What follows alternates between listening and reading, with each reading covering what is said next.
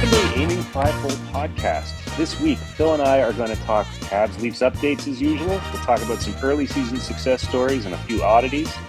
And then a big quick rant on next-gen stats and our belief in their usefulness, or lack thereof. Hey, Ryan, how you doing? I'm good, Phil. How you doing? I'm back home. I'm ready to roll. Excellent. Successful trip? Yeah, very, very, very. It's always fun to travel, but it's better to come home. Absolutely. Well, now that you're home, let's talk a little hockey. How Let's you talk feeling hockey. about the week, the Habs week?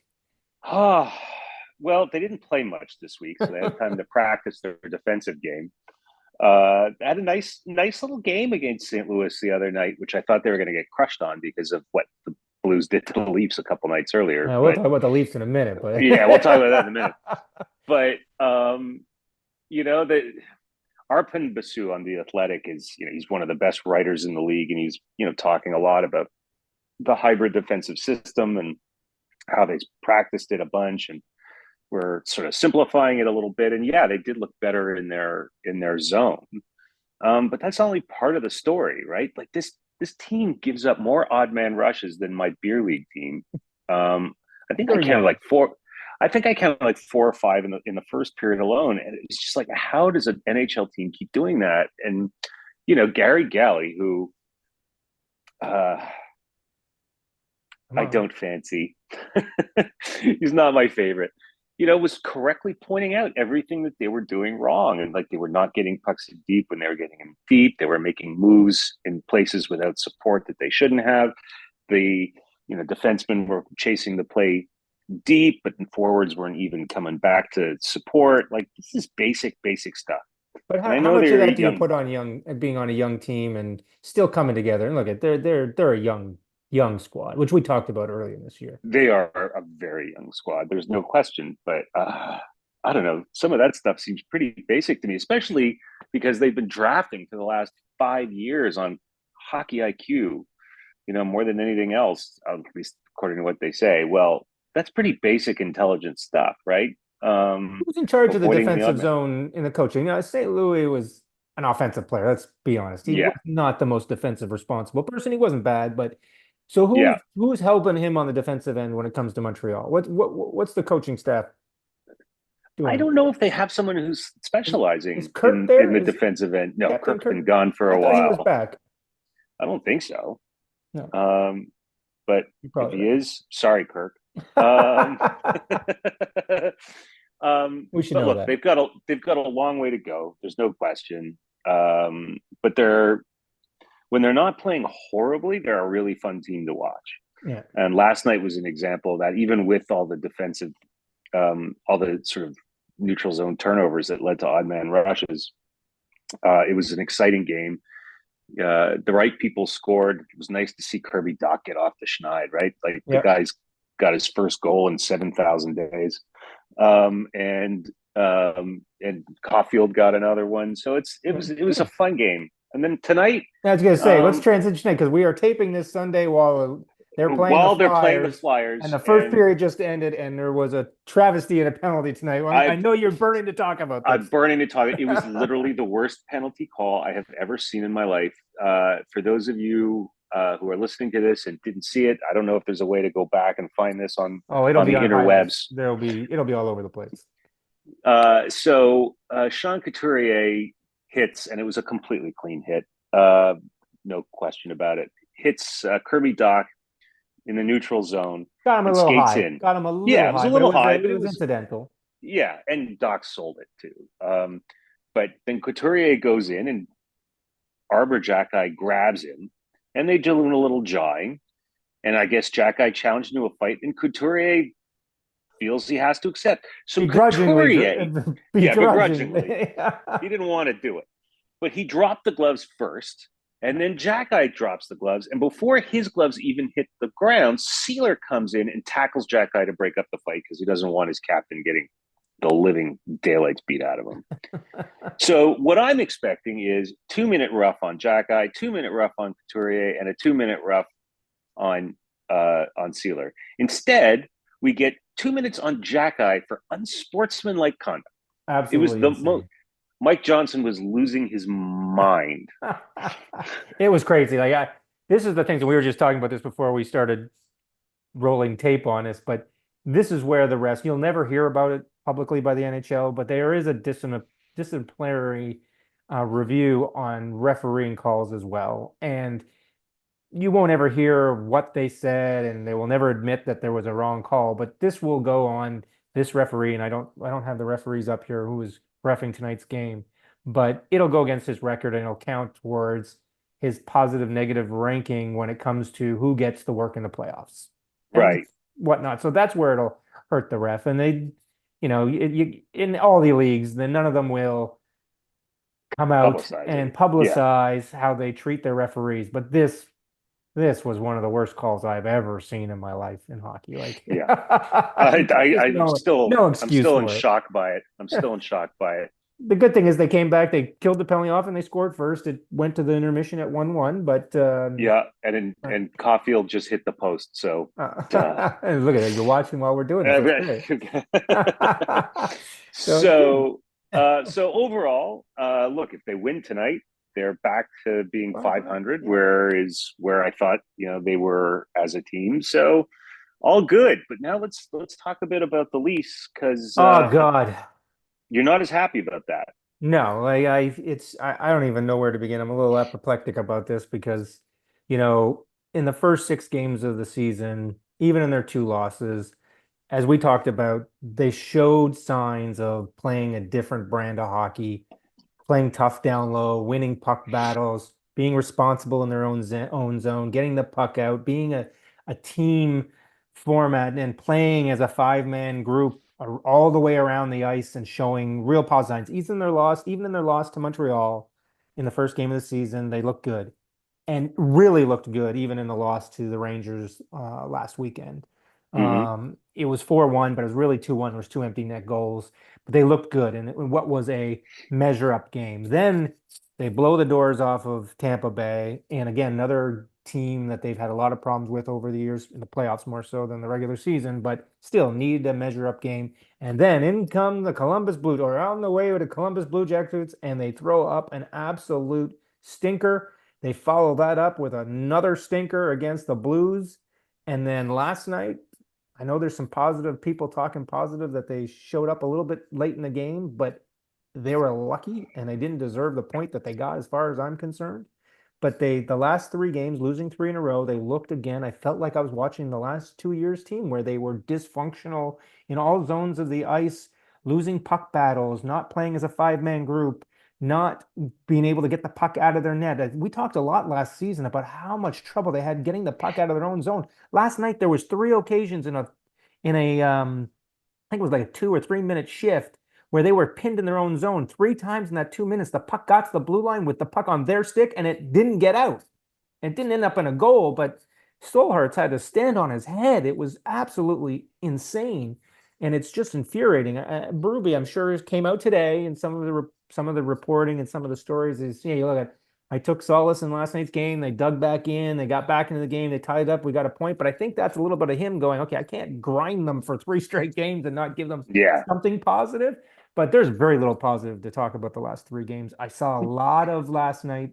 Again, last 3 games, I saw a lot of last 2 seasons where they just looked dysfunctional, getting the puck out of their zone and being dysfunctional as a 5-man unit. And the first 6 games, they looked signs of, if they can keep it. And we talked about, can you do this over the whole 82 game schedule? The answer is no. But 3 games in a row, that's bad. And you said to me last weekend, is this sign for sale sign on Marner gone off the lawn? I think I just put a second sign up because you can change the coach, and you can talk about this in business world. You can change the CEO, you can change the coach, but that doesn't necessarily change. He can try and change the culture, but when you got a group like the Leafs that have the top 5 or 6 guys and they've got a certain way of doing things, at some point you got to change the people on the bench. Companies do this all the time. When the culture goes bad, you get a little bit of rollover of people, and then the culture naturally changes.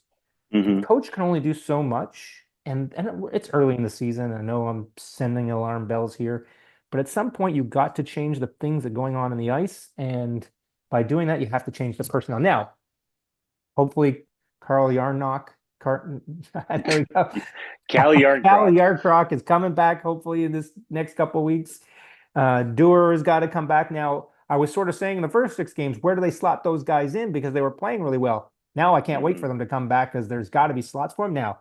They've got to get rid of a few bodies in order to fit them into the salary cap. So Right. we all know Liljegren's, they're just trying to find the right trade partner for him. He'll be gone once those guys come back, hopefully. Right. And then there's got to be another move somewhere along the line there to fit in both those guys. But they've got to right the ship. Yeah. Because I could have dealt with, okay, after a great game against Tampa Bay, you have a little bit of letdown against Columbus. Then the Blues come to town. It should have been motivation against the Blues for Berube alone. And they put up Yeah. a stinker. And They then they pounded them. started last night against Boston, again, another team that started off slow.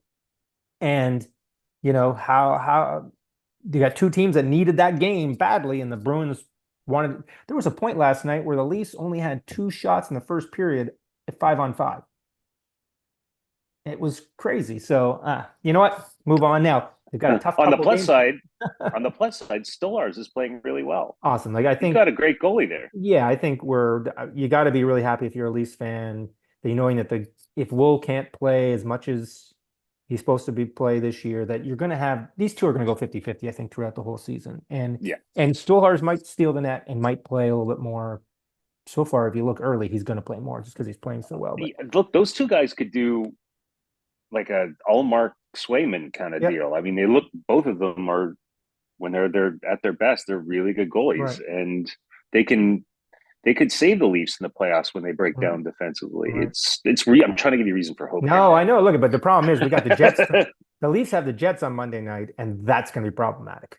And the Jets, and That's I good. was going to pivot into here some of Yeah, the that's a great nice stuff that's transition. happening this season. The Jets are 7-0, looking awesome, Aren't they and 8-0? I eight think they're no, 8-0 sorry, yeah, after eight last. no after last night. My apologies, 8-0. The record we were just talking about this is 10-0, shared by the Leafs and the Habs. And ironically, the Jets play the Leafs tomorrow night. I know. So Looking for number um, 9. in Winnipeg, so they're if the Leafs don't pick it up, they're going to be number 9. And then Yep. they play Detroit on Wednesday. So they actually have a very good chance at least tying that record Yeah. um, this week. So we'll see what happens. But you know what? You look at their play, and I watched their game last night because I wanted to talk about it a little bit. They just look so fast. And Hellebuck has found his game. Now, look at they played like this last year in the regular season too. They look fast. Their scoring is spread out against, their top 5 guys. And Cole Perfetti, the young, fourth, it's his 4th season. He's still fairly young, 22 or something like that. He has Yeah. shown some maturity and starting to chip in, which is great to help the other guys. But they haven't seemed to miss a beat this year in the regular season. They No, look they look great. And speaking of Hellebuck, I mean, I watched part of the game last night too, and all I could think about was, good Lord, if the Americans can throw him and Jake Ottinger at Four Nations, I mean, that alone kind of makes them a favorite over Canada to a certain degree. I mean, well. It's Canada's good. not going to be able to field goalies like the Well, Americans. that's the problem. Like who's the top line goaltender right now for Team Canada? It's probably It's probably Biddington, Biddington in St. Louis, and then number 2, Aiden Hill in Vegas. maybe. And they were talking about Jari being the third goalie, and he's just got sent to the minors yesterday. Yeah, to So find his game. to Yeah, find his game. So this is the first time, and we'll get to talking to Four Nations. All the hype is starting with it. You're seeing yeah. all the ads and whatnot. It's going to be so fantastic. We'll talk about it in the weeks to come as they start to, because there's some deadlines where they have to start Roster naming more decisions. Yeah, players and stuff, and they do it easing up to build up the up until the February time frame. But we've talked about the goaltending is going to be for miraculously where it's never been a weak point for Team Canada. It's going to be our weak point this year. yeah. It's going to be awful. Um, We don't have a Carey Price. We don't have a Roberto Luongo. We no. don't like the Americans. Oh, you Like, said. we'll take their third goalie. Can we have Thatcher Demko? Like, Oh, that would be great. absolutely. And you say that Hellebuyck this year, 1.66 goals against average and 94% save percentage. He's playing great. Now, again, it's early, although the Winnipeg Jets played great all of last regular season.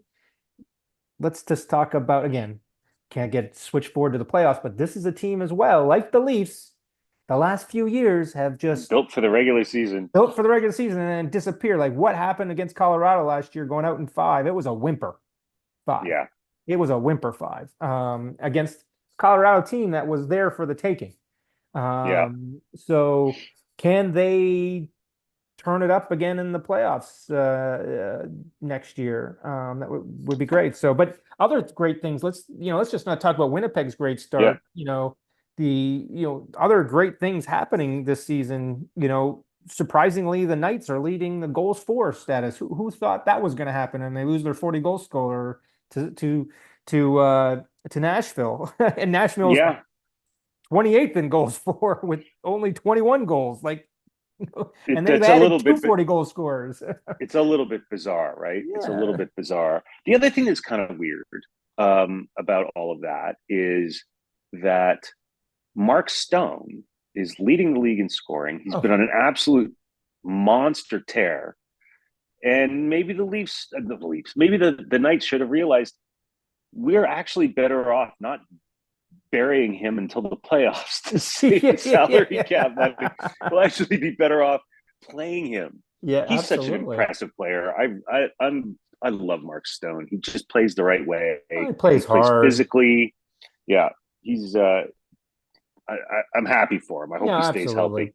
I Absolutely. hope. It was funny last year how they sort of, you know, whether you all you talk about do teams playing the salary cap and trying to say, as a player, you want to play if you can play. So he had to be injured, but how much extra did they hold him off at the end to make sure that they could be compliant, is the big points. Right. But, you talk about other good things and players, Callum McCarr, Oh, number that whole two with team. 15 points. Like again, another team they started off 0-4 and they've won their last four games. Look like they've turned it around a little bit. They have. Well, did you see McKinnon's overtime winner the other night? I didn't see it. No, He I just didn't he see it. skated through all three guys. I Yeah, mean, he's when he gets he's so ahead of fast. steam, like him and McDavid, man, those two guys, because they're both kind of bigger too. I mean, Yeah, so when they get moving that fast, it's unbelievable. yeah, no Um, question.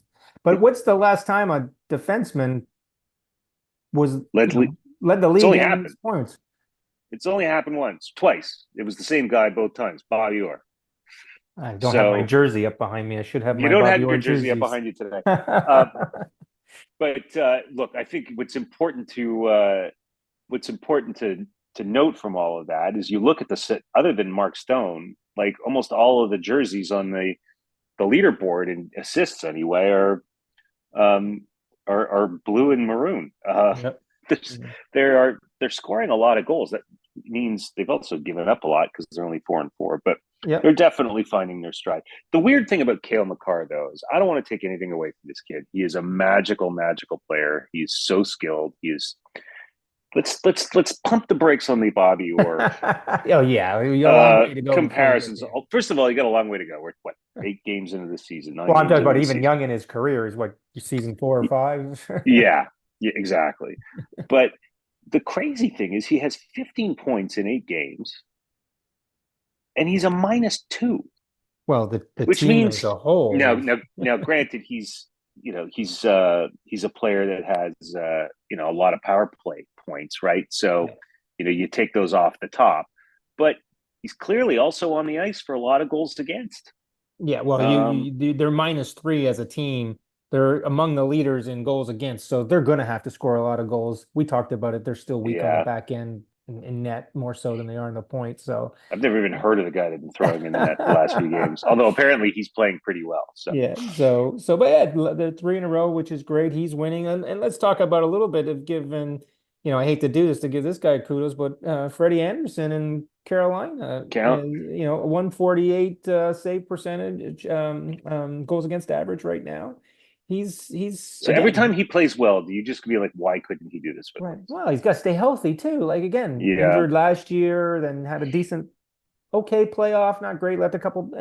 His problem with the Leafs was the regular season was staying healthy and it was staying playoffs. in the playoffs. Fair Yeah. enough. So again, but we're in terms of early season success, he's doing it. He's doing it. And whatnot. So and the other standings is Calgary, even though they've lost two in a row. Some of the things we sort of talked about earlier, Calgary was being a bit of a surprise. Although they've lost their last two, they're still doing well. They're still playing well. The Kings 5-2-2. We I watched both their I predicted watched them their not game making the yes playoffs. I watched the game yesterday, and look, all the press around here was making this huge deal about how they were going to be much freer and it was going to be much more wide open because they were getting rid of their 1-3-1 trap or whatever that they were playing, and they still look like a smothering defensive team. Now, granted, they were playing Utah, who is still pretty good. I'm still picking them to make the Well, playoffs, but like that Utah is basically a one and a half line team, but they just look smothering defensively, and they move the puck well. They've got three really good centers. Like I think they're. I picked them to miss the playoffs. I might have missed the boat on this team. look, it's early. Let's not. It is early, and I'm waiting for the inevitable. I'm waiting for the inevitable Darcy Kemper, Yeah, face plant. But yeah. well, the great and look, Calgary And they're doing it continues without to, Doughty as well. So and they're doing it without Doughty, which is pretty. They're going to have to, if they are serious about making the playoffs, they're going to have to go out and get a defenseman yeah, because right now Gavrikov is like carrying Gavrikov and Mike Anderson are kind of carrying the team right, defensively. right. Um, And look at the but Buffalo Sabres after going 1-4. They've won three in a row too. it's because Last week, Tage Thompson caught fire. yeah. Well, they need Um, them, right? yeah, They need to do that too, right? So they're among the leaders in goals for, but they're also among the leaders in goals against. There, it's so true. It's true. again, It's young true. defensive core. Um, but Lindy Ruff is. We said this at the beginning. Lindy Ruff was going to make that team a tougher team to play, and hopefully this is a good sign. But Yeah. Speaking of the Flames, by the way, what are you thinking about this new trend in hockey, the the Rasmussen Rams. death stare? I love it. Anything that sort of engages the fans and the building and he's doing it in whether he's at home or on the road. After he scores, he's finding a fan in the zone wearing the opposition's team's jersey and he's giving them the 5-second death stare. I love it. I think it's great. The fans are embracing it. The fans Oh are yeah, joking around with them, and you got the Flames fans that are around that fan are sort of jumping on that person, not jumping on them literally, but sort of joking with yeah. them. It's creating a little bit of social buzz, which I think is good. I think especially in the American market where you need this kind of thing. Absolutely. The I social think media side. I think it's great. He just needs to keep scoring so he can keep doing it. I mean, if he's not hot in a week, then it's kind of a waste of a meme. um, Absolutely, absolutely. um, But again, they're 5-2. They're off to a good start, which we both again they claim to be on a rebuilding mode. Now, again, let's just state that it's 8, 9 games into the season for most teams. yeah, Um, but again, we wanted to give kudos where kudos were due, and we're also halfway to Thanksgiving, almost halfway to halfway the to Magic Thanksgiving. Thanksgiving Yeah, absolutely, quarter mark, and we've got to be very absolutely. conscious about who's playing well. Um, but uh, the what was I going to say? The, the true trick to figuring out where we are in the season, I think, is this notion that these teams are just figuring out who they are, and Right. the hockey is not as good as it's going to be in a month. But at the same time, and we've hammered on this in the past, these games are so important. And I wonder if that's part of the reason why there's this big discrepancy between regular season teams and playoff teams, is because sometimes you have early success and you turn into a really good team, but the teams that are consistent all the way through and get better and better and better as the season goes on are the ones that crush everybody in the Right, playoffs. right. Yeah. Again, we talked about earlier. It's that Yeah, you prefer, as much as being good stories about teams doing well leading into the playoffs and had to play playoff hockey, it's that consistency throughout the whole year that you need to play good hockey at all yep, times so that again, you're 82 game schedule. It's a lot of hockey. You're never going to be your 100% every night, but you need to find consistency. You have to avoid these waves I'm going to say yeah, it, Colorado and the Leafs have had where 0-4 and then 4 winning four straight, the Leafs coming out after the first six games and looking good, and then throwing up three stinkers. You got to avoid these big roller coaster sort of peaks and valleys. You're going to have ups and downs, but they got to be bumps, Yep. not mountains, right? You can't go through these 4 and 0 and 0 and 4 strings. That eventually gets tough on the team and the players and the coaching staff and everything. And I think you got to avoid that. You got to play consistent, good hockey throughout, and you got to watch what you're doing. That's, by the way, that's why it is so liberating to be a guy whose team is on the upswing, but is currently around a 500 team. There you go. It's like I don't worry about those bumps in the road, and that Just skipping along because the mid I'm equator right exactly there. You're skipping I'm along the looking for equator. baseline. That's all I'm looking for is baseline. Yeah. You Yeah. know, we got what, I don't know, like 67 games left or Yeah. whatever, but like, yeah, we're A long way to got a go. baseline, Yeah. long way to Yeah, go. go. But here's the thing, and we were going to try and find a way to transition to this. It's all the stats and stuff and whatnot. We're talking about a bit tonight. Yes. The goals for, the goals against, but there's now all these new stats, this NHL Edge thing, and they've got and trying to find Well, we were more things to poo-pooing. talk about. Yeah, we were talking about Kale McCarr's plus minus earlier, right? Um, and a lot of people don't think there's much value in plus minus anymore, even though it's been a stat for God knows how long. Right. And I'm like, all right, explain why. And people say, well, it's only 5-on-5, and it overvalues one person's, but it gives an indication, right? It's not a specific statistic, but it gives an indication. Like, on balance, if you're on the ice for more goals for than goals against at 5-on-5, that's a good thing.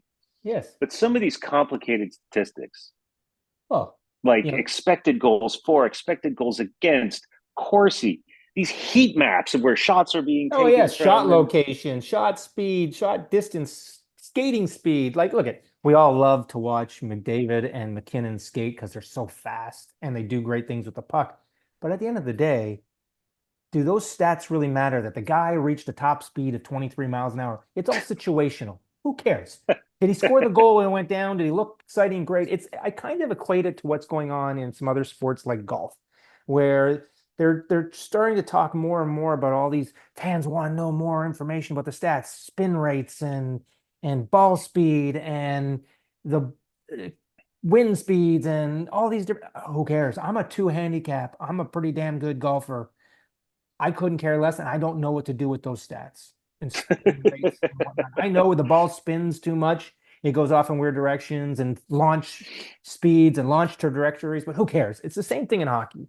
yeah. Yeah, I think plus minus means something. Goals for means something. Goals against means that your time on the ice because it means you're playing more and you're getting more ice time because you're playing well. Again, plus minus means something, but shot low. Okay, so they score more. It's happened to score more. Like Ovechkin scores more when he's off that left dot because he's got the one timer. We all know that. Do we need to see the stat on that in the middle of the game? I don't think fans necessarily care. But look, No. there's a core set of really entrenched fans that want to see that and see that. There's a way for them to go get it. But and that's why we talked about this past week. I'm worried about what's Amazon going to do. They start off great. Let's see what they do this Monday. They started off Yep. great last week in Canada, not going too deep into dumb things. Let's see where they go because I'm fearful that's where they go. Once they get that Amazon Web Services AI going, Yeah, anything can happen. it's like again, you're talking to an audience in Canada that's got a high hockey IQ, and Yeah. you've got to be careful not to do dumb things. And I'm Yep. worried they are. And I think some of this stat stuff is fun to sort of joke around about, but during the broadcast, do you really care about? Okay, you No, like to say, nobody oh, cares what he got up to 25 miles an hour here. Great, good, go on. Doesn't mean anything. Great, it's yeah. fun. Let's show them going fast. All right. Well, Um, we should wrap it up for the yeah. week, but I do have one very important question for you. What's Does that? San Jose get their first win this week? We gotta hope. Does Macklin Sanabrini come back this week? Well, that's a good point too. But Yeah, man, that that's poor franchise. It's going to be a tough year in San Jose. yeah, it's gonna be a tough year in the West Coast. I'm glad I'm not seeing them a whole lot at the moment. We'll see them soon. Are you gonna go see them when they play the The Kings? Kings? Well, I'll try. You gotta go see that game. You gotta go see that game. Yep. But great. Uh, Well, all cool. right. was a great week. Good to see you back back at home and safe and Thank you very sound. much. It's And good to see you too. It's I just missed two Canadians goals, so awesome. They're up. What's the yeah, score now then? it's 3-1. 3-1. There we go. Let's end on that note. They're up. We'll Absolutely. see you next week on Aiming Softball. All right. Bye bye.